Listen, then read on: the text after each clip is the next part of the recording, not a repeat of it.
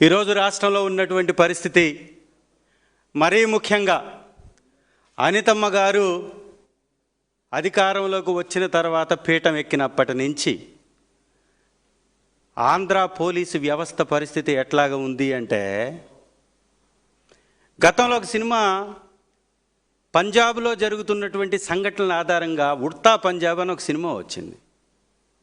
ఇక్కడ ఆ సినిమాని తలదన్నేలాగా పల్టా ఆంధ్రాగా వ్యవస్థలన్నీ పల్టీ కొడుతూ ఉన్నాయి. ఇంతకుముందు దొంగల్ని పోలీసులు పట్టుకునేవాళ్ళు. వర్క్ ఫ్రమ్ హోమ్ మంత్రి అనితమ్మ గారు వచ్చిన తర్వాత పోలీసుల్ని దొంగలు పట్టుకునేది తర్వాత సంగతి. ప్రజలు నిలేశారు. దొంగలతోటి ఎట్లాగా వీళ్ళు చేతులు కలిపి ఇవన్నీ చేస్తూ ఉన్నారు పోలీసులు, ఇవన్నీ అందరికీ తెలిసినటువంటి సత్యం. అందుకే ప్రజలు పోలీసులను పట్టుకుంటున్నారు. ఇది ఉల్టా.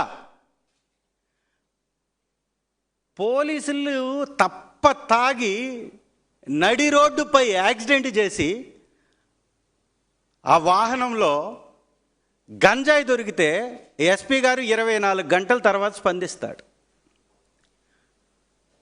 అంటే సర్రని లేచిపోతుంటుంది.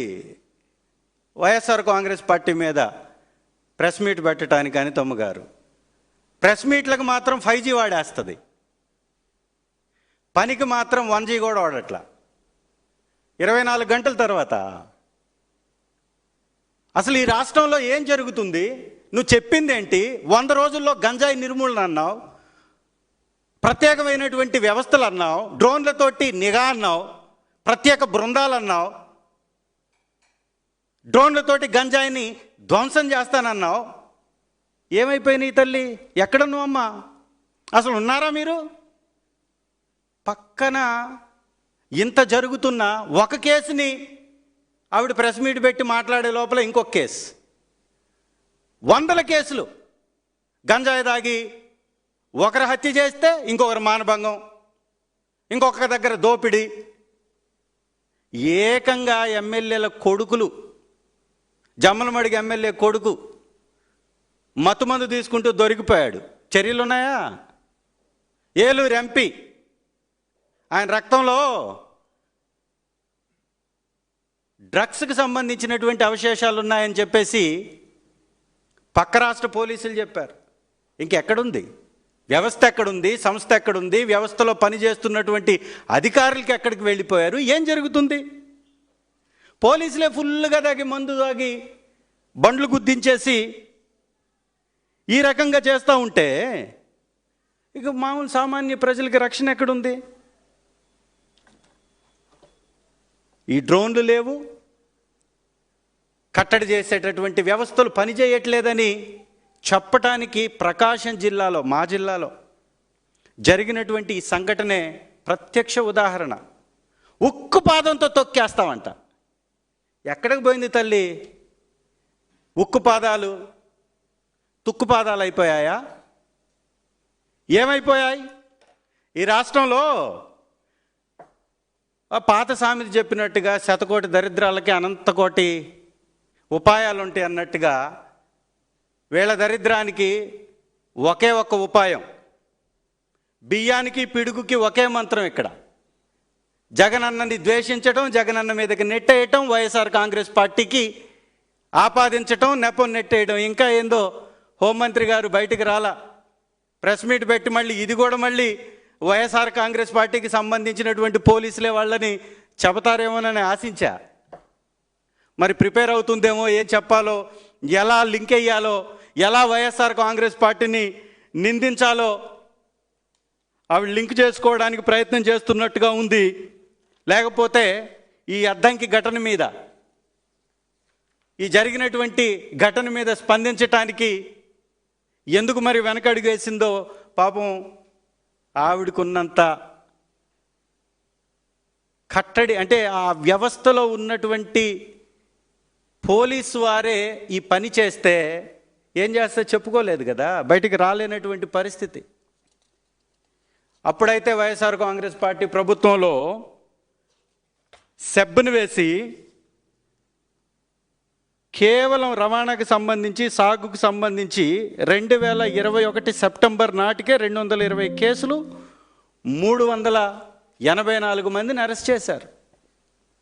దాదాపు 18,686 కేజీల గంజాయిని పట్టివేశారు. ఆ రోజు సెబ్ తన పనితీరుని ఈ విధంగా చూపిస్తే ఇవాళ సెబ్ ఎక్కడికి వెళ్ళింది? మీరు చెప్పినటువంటి 3 అంచెల వ్యవస్థ ఏమైంది? కంచే చేనును మేసినట్టుగా పోలీసులు ఈ విధంగా గంజాయి వ్యాపారం చేస్తూ దొరికారు అంటే, గంజాయి రవాణా చేస్తూ దొరికారంటే, స్మగ్లర్లతో చేతులు కలిపితే ఈ రాష్ట్ర భవిష్యత్తు ఏమవ్వాలా? ఈ రాష్ట్రంలో ఉన్నటువంటి యువతంతా జంజీ అంటుంటే వీరు గంజాయి అంటున్నారు. మేము కూర్చుంటే గంజాయి, లేస్తే గంజాయి అంటున్నారు. హోంమంత్రి గారి పనితీరుని చూస్తే పబ్జీ ఆడుకుంటున్నట్టుగా ఉందని జంజీ అంటుంది. ఇవాళ వైఎస్ఆర్ కాంగ్రెస్ పార్టీ జంజీ తరఫున నిలబడుతుంటే మీరు గంజాయితో వాళ్ళ తరఫున, గంజాయి రవాణా చేసే వాళ్ళ తరఫున నిలబడుతున్నట్టుగా ఈ సంఘటనలు కనపడుతున్నాయి. ఇన్ని సంవత్సరాల రాజకీయం ఏమైపోయింది? ఇన్ని సంవత్సరాల అనుభవం ఏమైపోయింది చంద్రబాబు నాయుడు గారికి?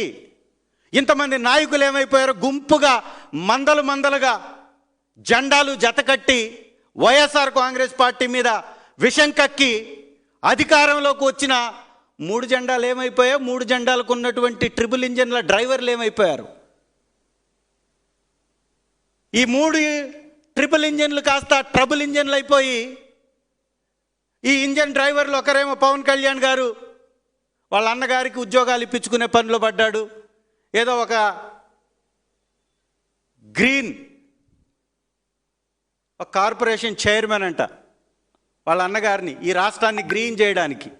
ఈయన మాత్రం రాష్ట్రంలో ఉన్నటువంటి వ్యవస్థల యొక్క ఆర్థిక వనరులను మొత్తాన్ని క్లీన్ చేసుకుంటా పోతుంటే పవన్ కళ్యాణ్ గారు ఎక్కడికక్కడ ఖాళీ చేసుకుంటా పోతుంటే ఇవాళ వాళ్ళ అన్నగారికి కూడా నాగేంద్రబాబు గారు కొత్తగా ఒక చైర్మన్ కట్టబెట్టారు. ఏమి సాధించారు? ఏమి ఈ రాష్ట్రానికి తీసుకొచ్చారు? ఏ కొత్త వ్యవస్థలను తెచ్చారు?